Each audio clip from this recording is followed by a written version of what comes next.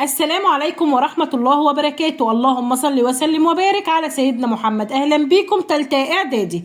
النهاردة هنحل امتحان 5 محافظة الشرقية صفحة 97 بكتاب الامتحان. قبل ما أبدأ معاكم حبايبي أتمنى الاشتراك في القناة والدعم باللايك وتفعيل زر الجرس علشان قناتي تكبر بيكم وعلشان أي فيديو أنزله يوصل لحضراتكم بكل سهولة.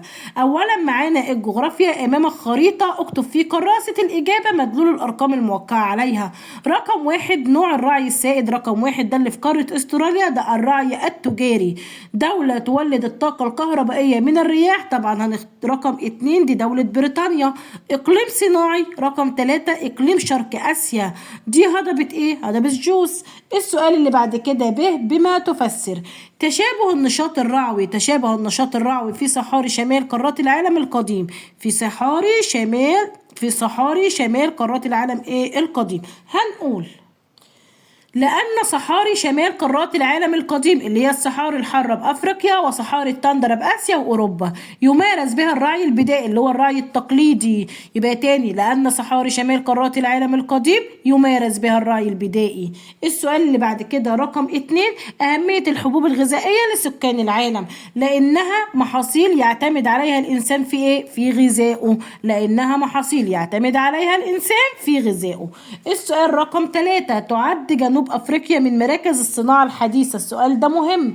هنقول لأن دولة جنوب أفريقيا تعد من الدول النامية التي ارتفعت بمستوى شعوبها واقتربت من مستوى الدول المتقدمة. لأن دول جنوب أفريقيا تعد من الدول النامية التي ارتفعت بمستوى شعوبها واقتربت من مستوى الدول المتقدمة.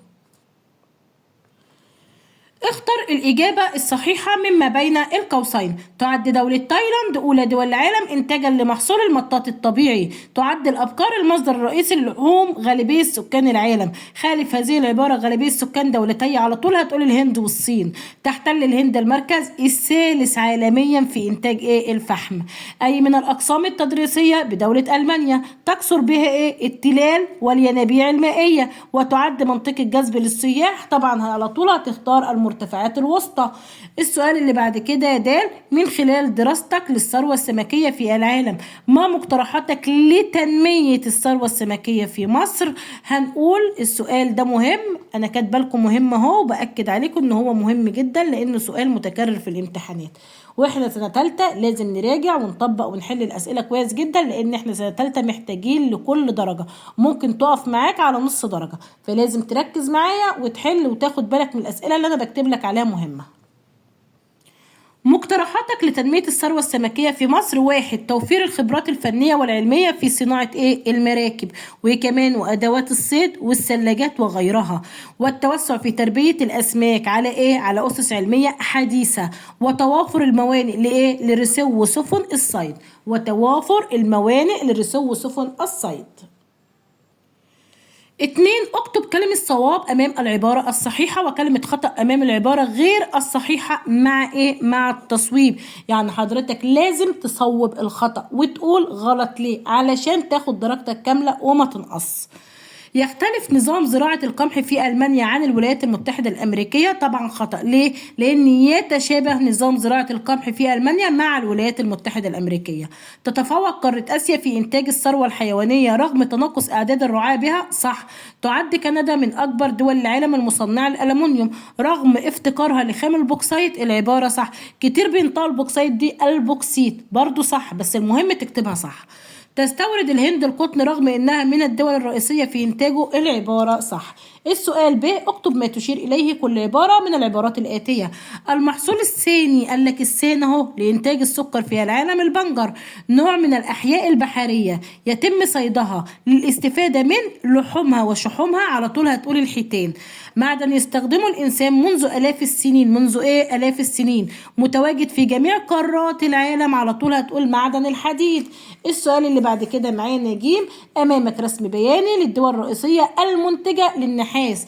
ادرسه جيدا ثم أجب. استنتج المراكز الصناعية الحديثة بالرسم البياني. المراكز الصناعية الحديثة شيلي واستراليا، يبقى نكتب شيلي واستراليا. دلل على صحة العبارتين التاليتين. سواحل المحيط الهادي تضم الدول الرئيسية المنتجة للنحاس في العالم. السؤال ده مهم يا سنة تالتة، ركز معايا. هقول حيث تعد دولة ايه شيلي بقارة ايه امريكا الجنوبية، ودولة الصين بقارة ايه بقارة اسيا من الدول ايه الرئيسية المنتجة للنحاس في العالم، وتطلان على ايه على المحيط الهادي. يبقى حيث تعد دولة شيلي بقارة امريكا الجنوبية ودولة الصين بقارة اسيا من الدول الرئيسية المنتجة للنحاس في العالم، وتطلان على ايه على المحيط الهادي. السؤال اللي بعد كده، مصر من الدول المصدرة للصناعات النحاسية، هنقول حيث تقوم مصر بتصدير الأسلاك النحاسية وإيه كمان والمحولات الكهربائية إلى دولة نيجيريا. يبقى حيث تقوم مصر بتصدير الأسلاك النحاسية والمحولات الكهربائية إلى دولة نيجيريا. ثانيا التاريخ، صوب ما تحته خط في كل عبارة من العبارات التالية. رقم 1، انتهى حكم أسرة محمد علي لمصر رسميا بعد إلغاء الملكية وإعلان الجمهورية وتعيين اللواء محمد نجيب أول رئيس لمصر. أثبتت الدروس المستفادة في حرب فلسطين 1948 أن منطق القوة لا يمنح سلاما، طبعا مش في حرب فلسطين، في حرب أكتوبر 1973 قبلت إسرائيل مبدأ التفاوض مع الأطراف المعنية بالصراع العربي الإسرائيلي بعد مبادرة روجرز، بعد مبادرة السادات لزيارة إسرائيل، بعد مبادرة السادات لزيارة إسرائيل. تشكلت لجنة الوفد المركزية للسيدات عام 1920 برئاسة هدى شعراوي. لعبت مصر دورا مهما في توطيد الروابط العربية بإنشاء جامعة الدول العربية وليس منظمة المؤتمر الإسلامي. السؤال ب، دلل تاريخيا، دلل على مصداقية كل عبارة مما يأتي. لم يكن انسحاب إسرائيل من سيناء في 25 إبريل 1982 هو الأول لها من هذه المنطقة، ومهدت الضربة الجوية الناجحة في بداية حرب أكتوبر 73 لنصر عسكري كبير لمصر. هنجاوب السؤالين دول مع بعض في ورقة خارجية، وخد بالك إن السؤالين دول برضو مهمين. أول سؤال معانا، دلل على مصداقية كل عبارة. لم يكن انسحاب إسرائيل من سيناء في 25 إبريل 82 هو الأول لها من هذه المنطقة. هنقول حيث انسحبت القوات الإسرائيلية من سيناء لأول مرة بعد فشل العدوان الثلاثي على مصر في أوائل عام 1957. تاني، حيث انسحبت القوات الإسرائيلية من سيناء لأول مرة بعد فشل العدوان الثلاثي على مصر في أوائل عام 1957. طيب السؤال رقم 2 معانا برضو في دلل. مهدت الضربة الجوية الناجحة في بداية حرب أكتوبر 73 لنصر عسكري كبير لمصر. هنقول حيث مهدت لعبور الدبابات والمدرعات والآليات العسكرية بمختلف أنواعها وتدمير خط بارليف في 6 ساعات.